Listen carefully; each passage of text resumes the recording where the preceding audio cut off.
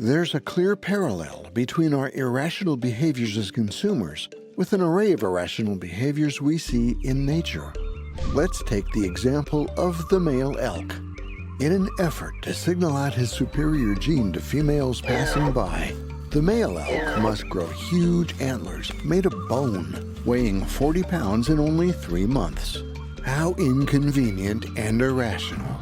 Well, that is also the case with the male peacock tail, which is not only inconvenient, but also fatally risky as it's visible to predators. And so is the brighter coloration of many other male birds. It is in the same manner that the job applicants signal out their personal traits to uninformed potential employers through the irrational behavior of overpaying for irrelevant higher education. Male animals signal out their personal traits to uninformed potential female mating partners through the irrational behavior of overpaying for irrelevant trait signals. In today's marketplace, male humans are driven by the same motives, and taking the place of the asymmetrical, colorful, costly, awkward, high-maintenance, hard-to-fake trait signaling of the peacock tail is a product like the luxury car, evident by the fact that 9 out of 10 Ferrari buyers are males. It's clear that in nature, there has always been advertising, just like there's one in today's marketplace. And it's in no way limited to males trying to attract females.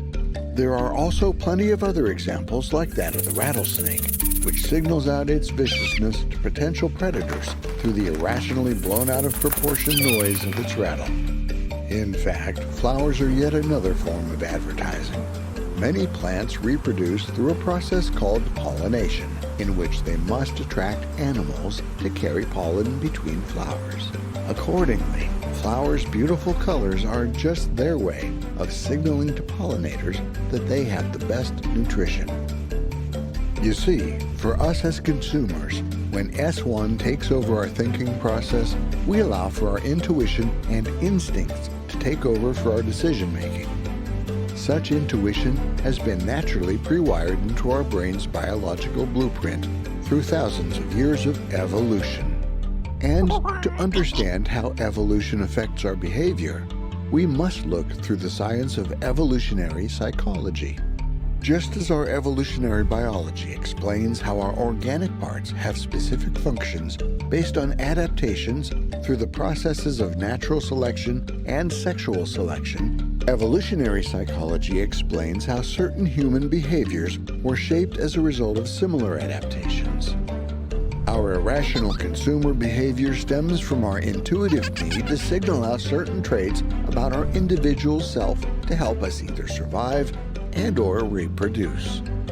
For instance, to reproduce, a male human needs to convince a female human of his willingness to commit, and they do so through the purchase of a diamond ring, which only became the universal symbol of such a commitment in 1947, through an ad written by the advertising copywriter Francis Garrity, and the line, "A diamond is forever."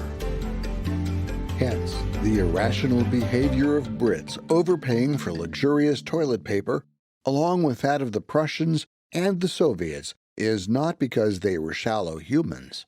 As ecologist and fellow ad man Ethan Decker puts it, we aren't superficial creatures, we are symbolic ones. Therefore, it's never about the functionality of the diamond ring as a product. It's what the diamond brand signals out. Just like it's not about the functionality of a luxury car as a product, but what its brand signals out. Hence, research shows that the same man would be rated as more attractive when shown in a Bentley versus a Ford Fiesta, while other research showed that driving a Porsche would raise the testosterone levels in men. It's also not about the functionality of a gift, but how much its brand signals out one's willingness to initiate a reciprocal relationship. As humans, we are communal animals, and we establish relationships with love partners, employers, family members, colleagues, and friends by signaling out our individual traits through the brands we choose to purchase. And it's in the same manner that an Instagram influencer chooses the brand of his attire to signal out his fashion sense to his followers.